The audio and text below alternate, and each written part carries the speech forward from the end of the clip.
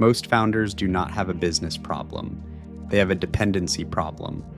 The business depends on their brain, their approval, their memory, their taste, their decisions, their ability to notice when something is wrong. And because of that, the business feels heavy, not because the founder is lazy, not because they are not working hard enough. Usually it is the opposite. They are working too much. They are answering every question, reviewing every detail, fixing every mistake, jumping into every client issue, approving every decision, holding the whole company together with personal energy. And from the outside, it can look like growth. More clients, more revenue, more activity, more movement. But inside, it feels different. It feels like pressure because the business is growing, but the structure is not. And when a business grows without structure, it does not create freedom. It creates weight. That is the founder trap. You built the business, then the business built itself around you. And now every new level of growth creates more demand on the same person, you. A lot of founders try to solve this by building systems. At least that is what they think they're doing. They create SOPs, checklists, templates, automations, dashboards, Notion pages, Google Docs, project boards, Slack channels, and all of that can help. But none of that is the real system. A document is not a system. A checklist is not a system. An automation is not a system. A dashboard is not a system. Those are tools. The problem is that many founders use tools to organize chaos, but they never redesign the way the business actually works. So the business looks cleaner, but it does not feel lighter. The files are organized. The tasks are listed. The workflow has names. The team has access. But the same questions still come back to the founder. The same decisions still wait for the founder. The same mistakes repeat. The same client issues appear. The same bottlenecks return. And the founder wonders why nothing changed. This is the uncomfortable truth. You can have a documented business and still have a founder-dependent business. You can have SOPs and still be the operating system. You can have automations and still be the bottleneck, because systems are not about making the business look organized. Systems are about making the business work without everything passing through you. A real system produces a result. That is the simplest way to understand it. Something enters, something happens, something comes out, and then the system gives you a signal about whether it worked. Input, process, output, signal. That is the basic structure. If you do not know what enters the system, you cannot control quality. If you do not know what happens inside the system, you cannot improve it. If you do not know what should come out, you cannot measure success. And if you do not have a signal, you are guessing. This is where many businesses break. The founder says, "We need more leads." But nobody has clearly defined what a good lead is. The founder says, "We need better sales," but nobody knows where the sales process is leaking. The founder says, "The team needs to execute better," but the standard for better only exists inside the founder's head. The founder says, "Clients are difficult, but the onboarding is confusing from day one." The founder says, "I need more time." But nobody knows which part of the business is stealing the most founder energy. So the founder works harder, more calls, more content, more meetings, more tools, more urgency. But effort does not fix unclear structure. It only pushes harder against it. Most founders look at their business like a list of tasks.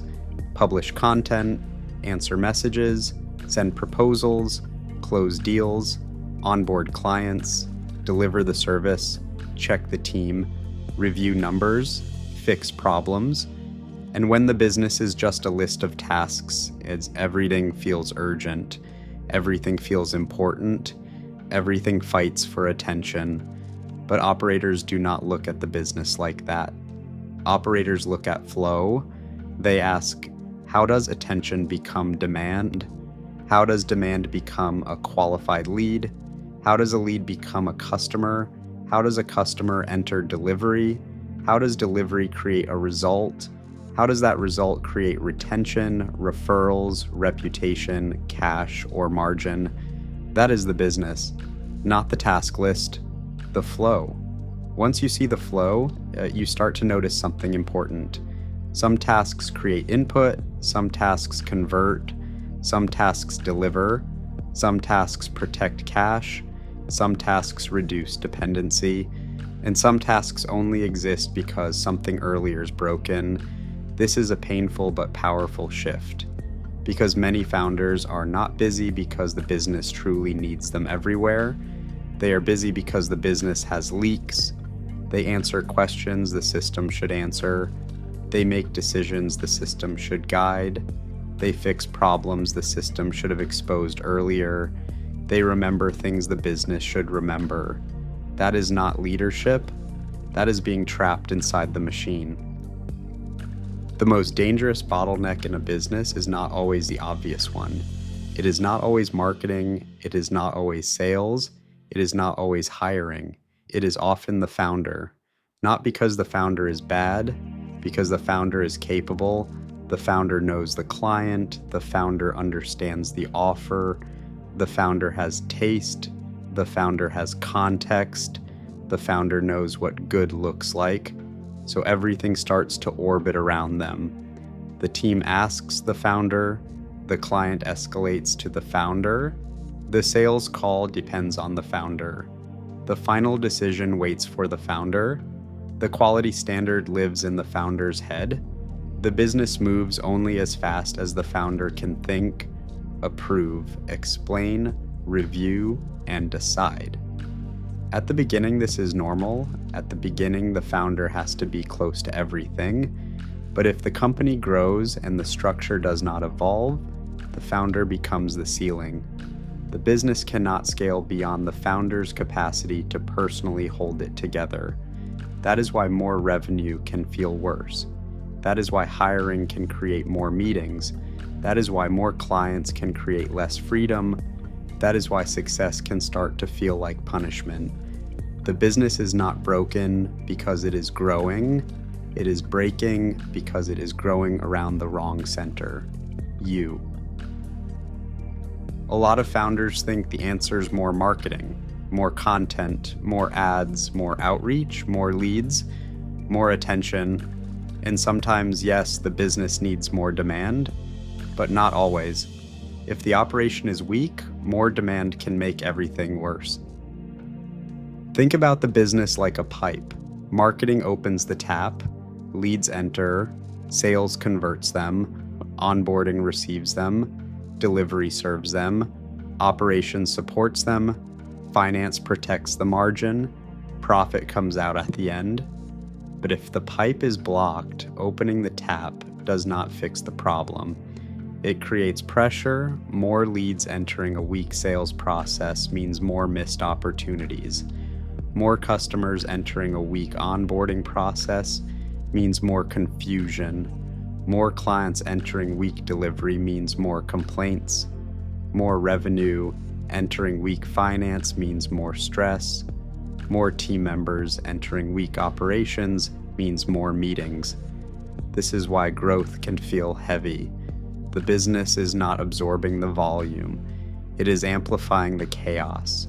So before you try to pour more water into the system, you have to find the blockage, not the loudest problem, the real constraint, the one place limiting the flow the most. That is where leverage begins. When founders finally see the problems, they usually make one more mistake. They try to fix everything at once.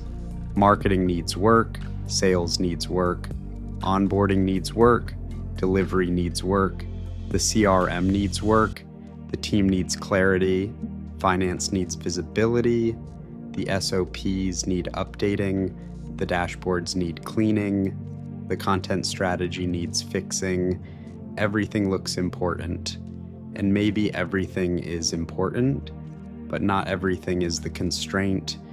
Trying to fix 10 things at once feels productive, but it usually creates more noise, more unfinished processes, more half-built tools, more meetings, more decisions, more context switching, more pressure on the founder. The business does not need 10 simultaneous improvements. It needs one clear constraint, one bottleneck, one place where the flow is being limited the most.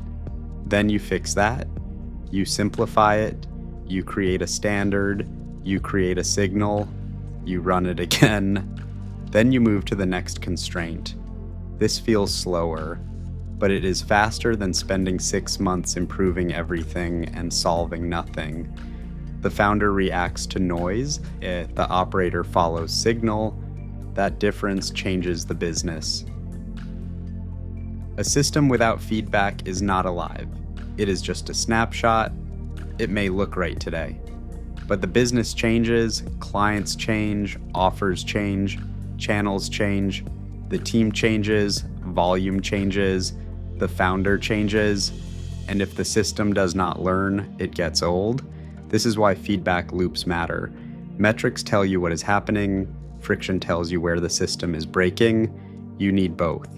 You need to know conversion rates, response times, close rates, delivery time, retention, margin, delays, escalations, but you also need human feedback. Where did the client feel confused? Where did the team hesitate? What question keeps repeating? What decision keeps coming back to the founder? What part of the process feels heavy? What promise is easy to sell but hard to deliver? These are not soft questions. They are operational signals. Every repeated question is a signal. Every repeated delay is a signal. Every repeated mistake is a signal. Every repeated escalation is a signal. The weak business ignores the signal and keeps pushing. The stronger business captures the signal and improves the system. That is how the company learns. A system without feedback is not alive. It is just a snapshot. It may look right today, but the business changes, clients change, offers change, channels change, the team changes, volume changes, the founder changes, and if the system does not learn, it gets old. This is why feedback loops matter. Metrics tell you what is happening, friction tells you where the system is breaking. You need both. You need to know conversion rates, response times, close rates, delivery time, retention, margin, delays, escalations, but you also need human feedback. Where did the client feel confused? Where did the team hesitate? What question keeps repeating? What decision keeps coming back to the founder? What part of the process feels heavy? What promise is easy to sell but hard to deliver? These are not soft questions. They are operational signals. Every repeated question is a signal. Every repeated delay is a signal. Every repeated mistake is a signal. Every repeated escalation is a signal. The weak business ignores the signal and keeps pushing. The stronger business captures the signal and improves the system. That is how the company learns. Your business does not become easier just because it grows. Sometimes growth makes it harder. More clients can make you less free. More revenue can create more pressure. More team members can create more meetings. More opportunities can create more confusion. More success can expose more weakness. That is why the goal is not just to grow. The goal is to build a business that can hold growth. A business with structure, a business with standards, a business with memory, a business with feedback, a business where the founder is not the only person who knows how things should work. Because while you are the system, every improvement depends on your energy, every decision depends on your judgment, every bottleneck eventually finds its way back to you. And that is not freedom. That is ownership without infrastructure. The real transition is not from employee to founder. That is only the first transition. The deeper transition is from founder to operator. The founder builds the business. The operator builds the structure that lets the business run. So stop asking only, how do I grow faster? Ask, what part of the business still depends too much on me? Because that is where the work begins, and that is where time starts to come back. This is Patrick Systems. Build systems, buy back time. If your business still depends too much on you, I created a free resource to help you see where that dependency is hiding. It will not give you more motivation. It will not tell you to work harder. It will help you look at your business like an operator, where the pressure is coming from, where the structure is weak, where the founder is still carrying too much. You can find it in the first link below. Build systems, buy back time.